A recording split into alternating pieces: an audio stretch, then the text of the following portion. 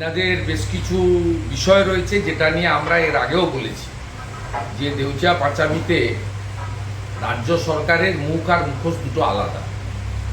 তারা সেখানকার জনজাতিদের উচ্ছেদ করতে চায় ও তাদের অধিকার কেড়ে নিতে চায়। আমাদের জনজাতি মূলবাসীদেরকে আমরা আলাদা চোখে দেখি, শ্রদ্ধার জায়গায় রেখেছি। তারা জল জমি জঙ্গলের জন্য লড়াই করেন।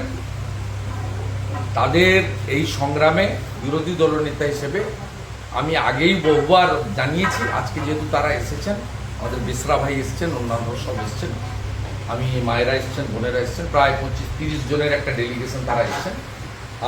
আমি তাদের পাশে আছি এবং তারা আগামীকাল কিছু কর্মসূচি ঘোষণা করবেন, সেটা তারা নিজেরা করবেন, সেটা আমি বলছি না। তার পরবর্তী সময় যখন যেভাবে সহযোগিতা চাইবেন, সেটা আমার উপস্থিতি চান, পরামর্শ চান, বা তাদের উপর যদি সরকারি দল, পুলিশের দ্বারা কোনো অত্যাচার হয়, আইনি লড়াইতে তাদের পাশে দাঁড়াতে হয় এবং তাদের অধিকার লড়তে পাশে দাঁড়াতে হয়, আমি তাদের সঙ্গে থাকি।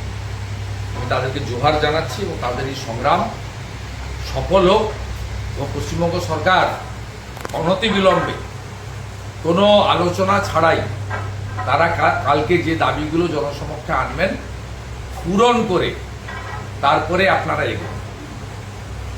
এবং আমি বারে বারে বলছি, ওই এলাকায় জনজাতি শূন্য করতে আমরা দেব না।